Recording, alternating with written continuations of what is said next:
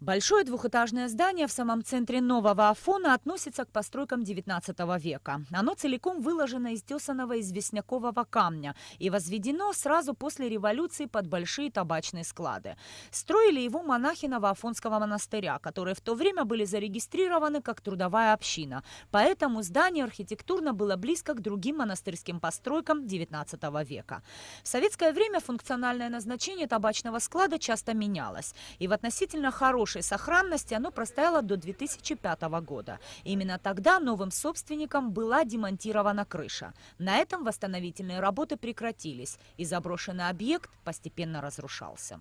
Когда они взяли в аренду, видимо, какие-то возможности имели, начали ремонтно-восстановительные работы. Но потом, не знаю по каким причинам, они опять остановились. И буквально вот после этого они выкупили это здание. Чтобы вы понимали, она как бы частная собственность. На сегодняшний день является хозяином уже другой человек по фамилии Оторба. Спустя 13 лет, в январе 2018 года, в Министерство культуры и охраны историко-культурного наследия поступило письмо от нового собственника объекта по фамилии Оторба с просьбой выдать необходимые документы для реконструкции здания под гостиницу. Для согласования всех необходимых условий понадобилось почти 3 месяца, и уже в апреле был согласован эскизный проект предполагаемой гостиницы. Новый собственник Оторба обратился к нам в конце января, насколько я помню, 30 января 2018 года обратился с тем, что он хочет там строить гостиницу. После долгих разговоров мы убедили, что это невозможно, что это старое здание, что надо обязательно сохранить это 2 этажа вот старого здания, используя то, что там есть, и предложили ему писать проект в соответствии с теми требованиями по армированию сохранившихся зданий, внутреннее каркасное армирование, и еще плюс 2 этажа не пристрали. С этими 2 этажами после 5-го эскизного проекта мы согласились. Но условия должны быть такие, чтобы он не диссонировал с объектом, чтобы он тоже не повторял слишком так, чтобы это была копия, чтобы это было так. В принципе, это допустимые нормы. Мы в итоге, в общем-то, приняли эскизный проект, потом был подан проект, который, соответственно, законодательству подтвердило и госуправление. Но вначале нам необходимо было, чтобы нас убедили, что вот эти конструкции, которые имеются, они достаточно устойчивы, что там можно. В общем-то, речь шла о том, что надо делать каркасное армирование, и они начали делать. Второй вопрос, очень важный, тоже очень важно, чтобы люди знали. У нас нету Абхаз-реставрации, у нас нету ни одной строительной компании, которая специализируется на ремонтах, реставрации объектов историко-культурного наследия. Не может страна, обладающая таким количеством объектов культурного наследия, не иметь строительную компанию, в которой будут специалисты сертифицированы, которые имеют право и знают, как обращаться с неустойчивыми объектами, потому что они там 100 лет, 200 лет, 1000 лет, то есть там особый режим связан со строительными работами. Начались строительные работы. Как говорят афонцы, они проводились в основном внутри здания. Землю выкапывали экскаватором. В итоге обрушилась северо-западная часть стены, что и привело к нарушению конструктивной устойчивости объекта. Работы были остановлены. Здание находится в списке объектов историко-культурного наследия. Какие-то исторические уникальные события не связаны с ним. Это обычная хозяйственная постройка начала 20 века. Но с учетом того, что в наше время каменные здания уже не строятся, и технологии утрачены, то есть его уникальность заключалась, наверное, исключительно в том, что она была добротной каменной постройкой.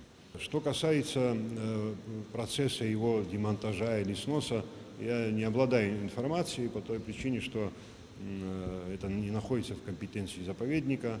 Этим вопросом занималось непосредственно управление по архитектуре, занималось Министерство культуры и охраны и наследия. Но первый настораживающий факт произошел в мае месяце, когда после того, как внутрь при помощи техники начали проводить земляные работы и была подкопана, как я слышу со слов исполнителей работ, по ошибке там, проектировщика или кого-то была подкопана северная стена, она упала, вот тогда мы увидели, что происходит что-то неладное. После этого были предприняты некие шаги со стороны актива города, со стороны жителей города, и в том числе и у меня были ряд бесед на эту тему. Мы все в один голос призывали за то, чтобы сохранить оставшуюся часть фасада, как более интересную, обращенную к трассе, сохранить и в этом объеме, значит, провести реконструкцию сооружения. И у нас была надежда, что так все и пойдет. Спустя какое-то время мы узнаем, что, оказывается, там запроектировано четырехэтажное сооружение. И это в центре города, в исторической части, где неоднократно принимался мораторий на то, что постройки не должны превышать 2 этажей. Это меня очень сильно насторожило, особенно когда я узнал, что эти проекты были подписаны по всем инстанциям. Мне кажется, что именно проект четырехэтажный стал побудительным мотивом для того, чтобы снести здание, потому что на самом деле эти стены не выдержали бы дополнительные этажи, и собственнику, видимо, было выгоднее просто снести и построить современную конструкцию. Но об этом должны были знать, конечно, ответственные чиновники, которые, с одной стороны, вроде бы в групповой ответственности находятся, и никто теперь из них как бы не несет личную ответственность. Я, конечно, не призываю казнить кого-то, но в целом, если эта система изжила себя, давайте мы в ближайшие сроки сделаем выводы. Объект посетила весьма внушительная делегация специалистов. Был составлен акт технического состояния, который собственник Отерба почему-то не подписал. И через некоторое время работы возобновились. Дело дошло до Генпрокуратуры. Минкульт требовал проверить соответствие проектной документации и проведенных работ строительным нормам и правилам. Генпрокуратура через неделю, пожалуй, дала нам ответ, что они будут дальше это изучать, потому что они не могут выяснить. И, честно говоря, тут нету достаточных организаций, которые могут сделать эту экспертизу. Но госуправление потом дало свою экспертизу, что нынешнее здание, оно было треснуто еще до начала ремонта. И вот надо было выяснить, достаточно ли устойчиво, что практически это невозможно. И в этой ситуации на нас оказывается давление. Администрация города, прокуратура, их письма говорили о том, что нам делать. Это вызывает вопрос безопасности граждан, ну и туристов, которые там... То есть он в любой момент может рухнуть, обрушиться. Прокуратура нам сказала, что состава преступления не видят, это будет долгое расследование, но пока не будет расследовать, рушится. По вашему усмотрению, любая озабоченность граждан по поводу судьбы объектов историко-культурного наследия меня радует.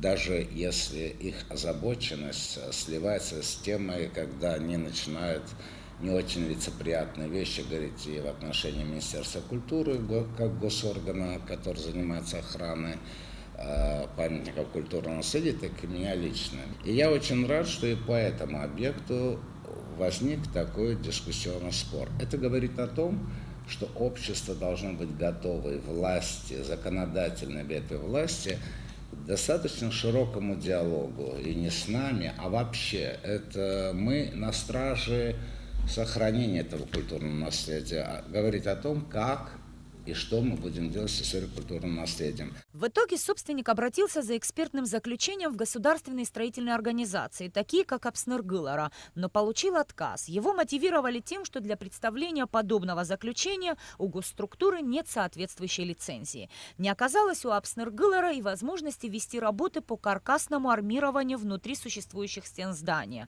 поскольку есть проблемы с их устойчивостью. Квалифицированная помощь не подоспела, и научно-методический Совет Министерства культуры разрешил собственнику демонтировать объект с условием его последующего воссоздания. Беслан Богатель, архитектор, сделал проект, который одобрен был и госуправление нами. Мы разрешили вот этот демонтаж, чтобы использовать все те из известняка плиты для дальнейшего строительства. После строительства мы будем решать, и будут малейшие отклонения, тогда у нас будет как бы основание подачи опять в прокуратуру и в суды для того, чтобы востребовать восстановление, воссоздание. Фактически мы тут будем иметь только одну вещь. Мы уже не сохранили памятник, но мы будем одну вещь частично не позволяя нарушить сложившийся архитектурный облик города. Много лет назад жители Нового Афона негласным решением ввели этакий мораторий на строительство высотных зданий в исторической части города. В первую очередь это делалось для того, чтобы спустя годы Новый Афон по-прежнему оставался маленьким уютным городом со своим крайне привлекательным природным ландшафтом. Жители опасаются, что история табачного склада может стать прецедентом, который положит начало изменениям исторического Нового Афона. Дело в том, что историческая планировка сформировалась. Она последний раз формировалась в течение конца 19-го, начала 20-х годов.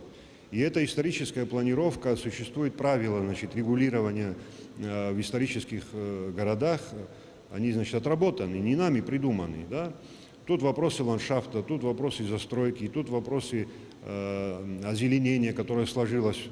В ближайшее время начнутся работы по воссозданию прежнего облика здания. Это уже не будет объект историко-культурного наследия. Тем более у будущей гостиницы в самом центре Нового Афона появится еще несколько надстроенных этажей. Специалисты надеются, что все требования и рекомендации собственник выполнит, и здание вновь обретет свой первоначальный облик. Нисфа Аршба, Михаил Братухин, Абхазское телевидение.